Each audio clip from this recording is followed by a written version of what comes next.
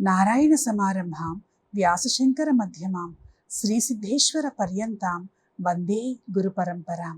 జగన్నాథుడైన నారాయణకు, వ్యాస భగవానుడికి, శంకర భగవత్పాదాచార్యుల వారికి, మా పరమపూజ్య గురుదేవులు కుత్తాళం పీఠాధిపతులు, శ్రీశక్తి పీఠ వ్యవస్థాపకులు, నడిచే దైవం శ్రీ శ్రీ శ్రీ సిద్ధేశ్వరానంద భారతీ మహాస్వామి వారి పాదపద్మములకు ప్రణమిలుతూ, ఆషాఢ పూర్ణిమను మనం వ్యాస పూర్ణిమగా పిలుస్తాం.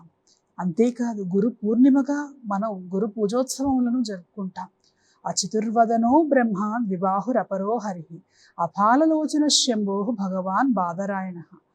4 ముఖములు లేనటువంటి బ్రహ్మగా, 4 చేతులు లేనటువంటి విష్ణుమూర్తిగా, అలాగే 3వ నేత్రం లేనటువంటి శివునిగా భాషించేటువంటి ఆ వ్యాస భగవానుని స్మరణ చేసుకుంటూ, వ్యాస పూర్ణిమ నాడు మనం గురువులకి గురువుగా కృష్ణ ఆరాధన, అలాగే మన గురువులను పూజించటం అనేటువంటి సంప్రదాయం వస్తున్నది. ఎందుకు పూజించాలి గురువును, ఎందుకు ఆరాధించాలి అనంటే, కలియుగం ప్రారంభంలో ఒక చిన్న సంఘటన జరిగింది. కలియుగంలో దేవతలు ఇంతకుముందు యుగములలో లాగా భూమి మీదకు వచ్చి స్వయంగా యుద్ధాలు చేయటం, స్వయంగా భక్తులను రక్షించడం చేసేటువంటి పరిస్థితి లేదు ఆ యుగ ధర్మం ప్రకారం.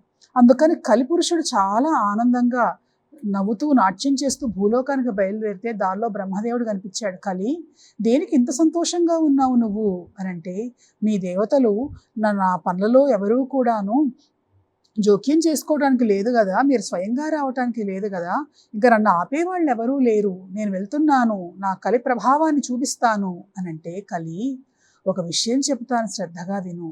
నువ్వు ఎవరి జోలికైనా వెళ్ళు, కలియుగం నీ యుగమే కాదన్ను, కానీ గురు భక్తి ఉన్న వాళ్ళ జోలికి, గురుకృప ఉన్న జోలి వాళ్ళకు మాత్రం నువ్వు ఎట్టి పరిస్థితుల్లోనూ వెళ్ళొద్దు, వెళ్తే నువ్వు ఇబ్బందులు పాలవుతావు అని అన్నాడు. అంటే ఏమిటి? గురువు నీకంటే గొప్పవాడా, నాకంటే గొప్పవాడా? నీకంటే గొప్పవాడు, నాకంటే గొప్పవాడు, త్రిమూర్తుల కంటే కూడా గొప్పవాడు.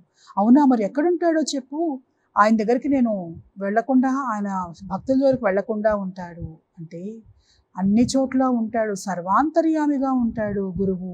దైవం మానుష రూపేణ అన్నట్లుగా గురు రూపంలో ఉంటారు, కనుక జాగ్రత్తగా ఉండు అంటే, అయితే నేను గురువు పట్ల భక్తి లేకుండా చేస్తాను, గురువు పట్ల గౌరవం లేకుండా చేస్తాను, అటువంటి వాళ్ళకి గురుకృప ఉండదు కదా, కనుక నేను నా ధర్మాన్ని నెరవేరుస్తాను అని బయలుదేరాడు అక్కడి నుండి. కనుక గురుకృప, గురుభక్తి ఎవరికైతే ఉంటాయో వాళ్ళ మీద కలి ప్రభావం కూడా పడదు. జ్ఞాన మార్గంలో ముందుకు వెళ్ళటం మాత్రమే కాక, దేవతానుగ్రహాన్ని పొందటం మాత్రమే కాక, తరింపజేసేటువంటి శక్తి మానవులకు అనుగ్రహించేటువంటి ఒక మహాదీపమే గురువు. ఆ గురు కృప పొందకుండా కలిపురుషుడు ఎప్పటికప్పుడు ప్రయత్నాలు చేస్తూ ఉంటాడు.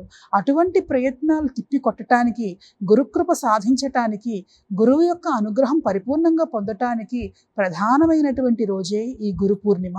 కనుక ఈ రోజున ఖచ్చితంగా అందరూ కూడా వ్యాసునితో పాటుగా గురువును ఆరాధించండి, గురు కృపను పొందండి, తరించండి.